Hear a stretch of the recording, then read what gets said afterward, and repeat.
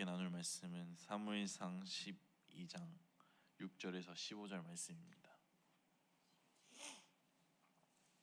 사무엘상 12장 6절에서 15절 말씀입니다.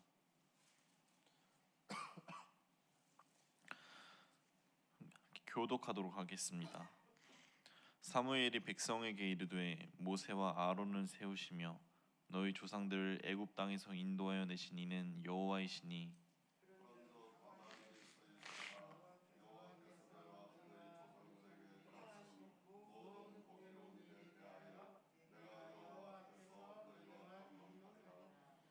야곱이 애굽에 들어간 후 너희 조상들이 여호와께 부르짖음에 여호와께서 모세와 아론을 보내사 그 두 사람으로 너희 조상들을 애굽에서 인도해 내어 이곳에 살게 하셨으나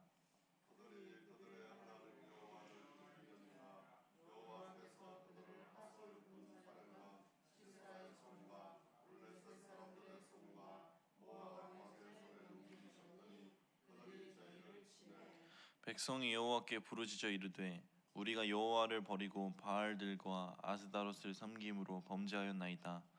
그러하오나 이제 우리를 원수들의 손에서 건져내소서. 그리하시면 우리가 주를 섬기겠나이다 하매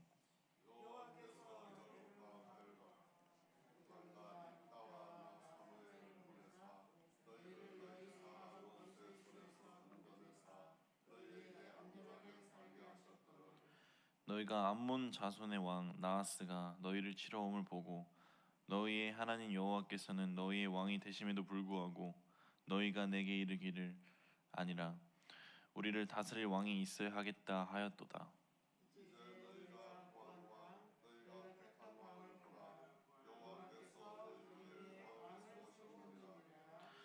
너희가 만일 여호와를 경외하여 그를 섬기며 그의 목소리를 듣고 여호와의 명령을 거역하지 아니하며 또 너희와 너희를 다스리는 왕이 너희의 하나님 여호와를 따르면 좋겠지만은 너희가 만일 여호와의 목소리를 듣지 아니하고 여호와의 명령을 거역하면 여호와의 손이 너희의 조상들을 치신 것 같이 너희를 치실 것이라.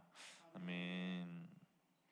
오늘도 새벽을 깨우고 하나님 앞에 나와 하나님께 예배드리는 우리 성도님들 마음속에 주님의 은혜가 함께하기를 소망합니다.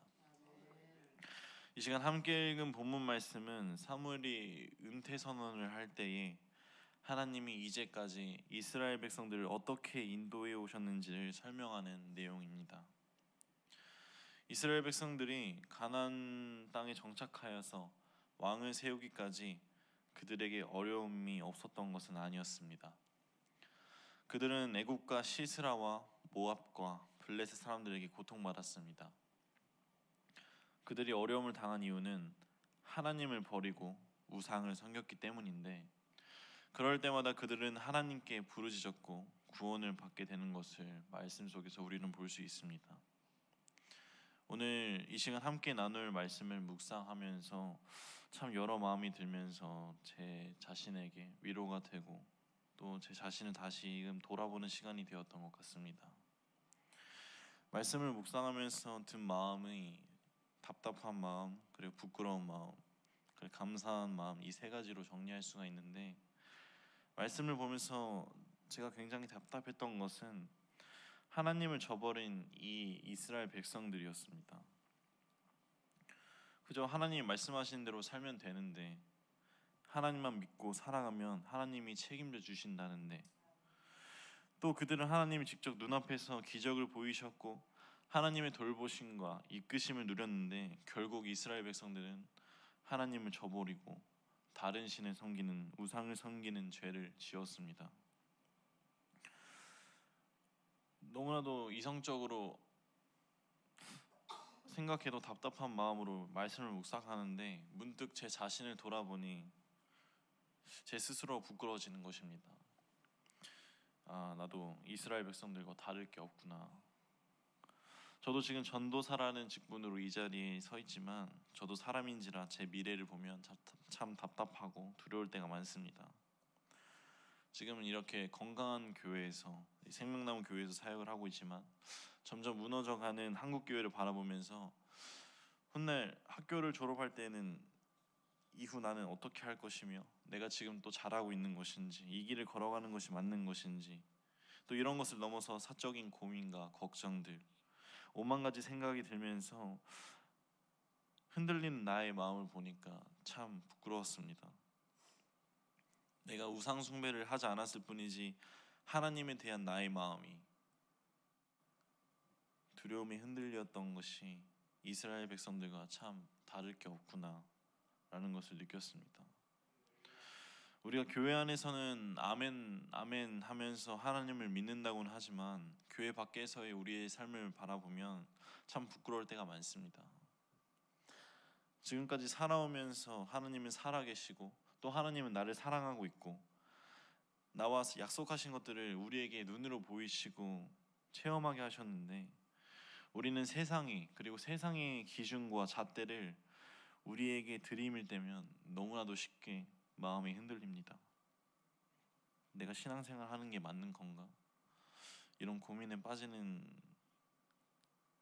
일들이 너무나도 많습니다.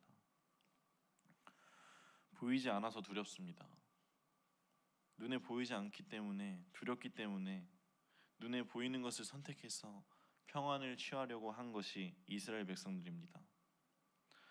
하지만 그것은 영원한 평안을 주지 않습니다.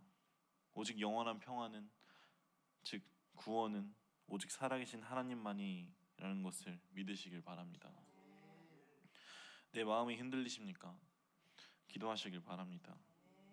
이스라엘 백성들은 눈앞에 보이는 것을 취함을 통해서, 그리고 그것이 죄라는 것을 통해서 하나님께 징계를 받을 때에 그들은 그때서야 부르짖어서 기도하였습니다.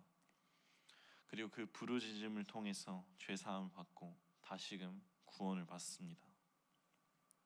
이렇게 말씀을 묵상하면서 참 감사한 마음이 들었던 것은 바로 이 용서였습니다. 우리가 정말 하나님 앞에서 부끄러운 죄를 지었어도 정말 전심으로 하나님 앞에 엎드려서 우리가 마음을 내놓고 우리의 죄를 내놓고 부르짖어서 기도한다면, 회개한다면 하나님이 우리의 죄를 용서해 주신다는 것입니다. 늘 하나님 앞에서 부르짖어 기도하는 주의 자녀가 되기를 주의 이름으로 소망합니다. 함께 14절과 15절을 합독하도록 하겠습니다. 너희가 만일 여호와를 경외하여 그를 섬기며 그의 목소리를 듣고 여호와의 명령을 거역하지 아니하며 또 너희와 너희를 다스리는 왕이 너희의 하나님 여호와를 따르면 좋겠지만은 너희가 만일 여호와의 목소리를 듣지 아니하고 여호와의 명령을 거역하면 여호와의 손이 너희 조상들을 치신 것 같이 너희를 치실 것이라. 아멘. 사무엘은 이스라엘 백성들이 그들 스스로 힘을 합치면 어려움을 물리칠 수 있다고 생각하기 때문에 그들을 우려하고 있습니다. 다시 말해서 하나님의 말씀을 제쳐놓고 자신들끼리 살아가려는 것을 걱정하고 있다는 것입니다. 그러나 구원은 인간 스스로 아무리 묘안을 짜내고 계획을 세운다고 해서 이루어지지 않습니다. 이스라엘 백성들이 왕과 의견을 맞추는 것은 마치 어린아이들끼리 의논하고 계획을 세우는 것 같습니다. 사무엘은 이스라엘 백성들이 가지고 있는 힘이나 지식은 어린아이 수준밖에 되지 않는다는 것을 미리 알려줍니다. 왕이 있지만 그 왕도 죄인이고 어린아이밖에 되지 않습니다. 그들이 할 일은 부지런히 하나님의 말씀을 살피고 하나님의 말씀을 묵상하는 것입니다. 왜냐? 말씀 안에 길이 있고 말씀 안에 능력이 있기 때문입니다. 지도자는 자신의 야망이나 욕심에 따라서 공동체를 선동해 나가서는 안 됩니다. 만일 한 나라의 왕이 그렇게 된다면, 한 공동체의 지도자가 그렇게 된다면 그 공동체의 마음을 도둑질해서 그 공동체를 망하는 길로 인도하는 것이기 때문입니다. 때문에 지도자는 스스로 하나님의 말씀을 깊게 묵상해서 하나님의 뜻을 향해서 그 공동체를 설득해서 이끌어가는 것이 그 지도자의 역할입니다. 이제부터 이스라엘의 운명은 지도자가 하나님의 말씀에 얼마나 철저하게 헌신하느냐에 따라서 달라질 것입니다. 그만큼 하나님의 말씀은 하나님의 자녀에게 있어서 중요한 것임을 기억하시길 바랍니다. 건물을 세울 때에 얼마나 좋은 재료가 얼마나 좋은 재료와 얼마나 좋은 구조로 짓느냐가 참 중요합니다.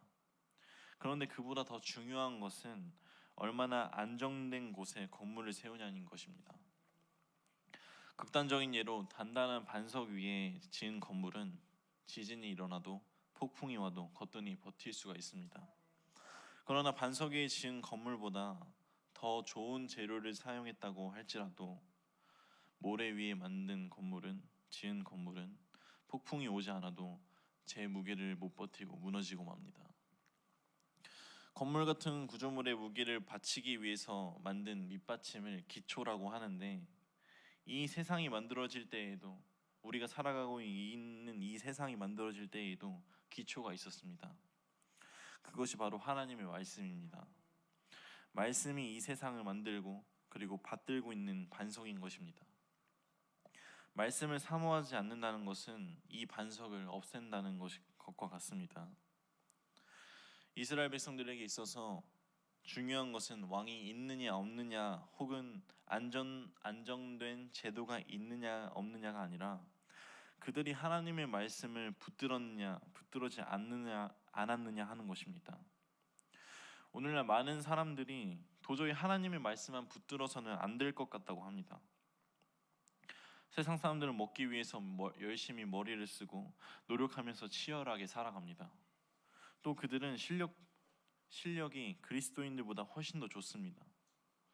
그렇게 세상은 눈에 보이는 달콤한 것들로 사람의 욕망을 부추깁니다. 자기가 하고 싶은 것을 실컷 해보라고 합니다. 그러나 하나님은 자신의 욕망을 죽이라고 합니다. 내 욕망을 죽였을 때 그때 하나님이 우리의 마음에 오셔서 우리의 삶을 사용하시겠다는 것입니다. 세상의 눈으로 바라보았을 때 상식적으로 하나님의 말씀대로 살면 살아갈 수가 없을 것 같아 보입니다. 그런데도 이상하게 그리스도인들은 잘 살아갑니다. 그 이유는 하나님이 그들을 위해서 준비하신 길이 따로 준비되어 있기 때문입니다. 이 시간 성도인들 마음속에 위로가 있기를 소망합니다. 빠르게 변해가는 삶 속에서 우리의 신앙은 변하지 않기를 소망합니다. 우리의 미래는 그 누구도 볼 수가 없습니다. 때문에 사람들은 세상의 것으로 평안을 얻기를 원하고 위로받기를 원합니다. 하지만 그것은 영원한 평안을 얻지 못합니다. 갈증을 날 때 아무리 목이 마르다고 소금을 마시면 더 갈증이 나는 것처럼 세상의 것은 우리를 더욱더 오라맵니다. 영원히 목마르지 않는 생명수인 하나님을 사모하는 주의 자녀가 되기를 소망합니다. 하나님이 우리와 함께 하실 때 우리는 승리합니다. 세상이 주는 두려움에서 승리합니다. 세상이 주는 절망에서 우리가 승리하기 원합니다. 늘 하나님과 하나님의 말씀을 사모하며 살아가는 저와 그리고 우리 생명나무 성도님들 되길 소망하며 기도하도록 하겠습니다. 기도하시겠습니다. 항상 나와 함께 하신 하나님, 앞이 보이지 않는 어둠 속에 우리는 두려움을 느낍니다.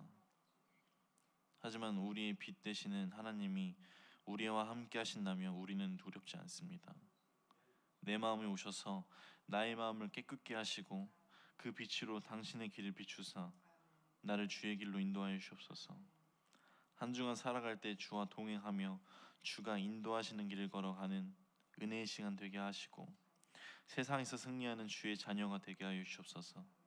늘 함께 하실 것을 믿으며 이 모든 말씀 주 예수 그리스도의 이름으로 기도드립니다.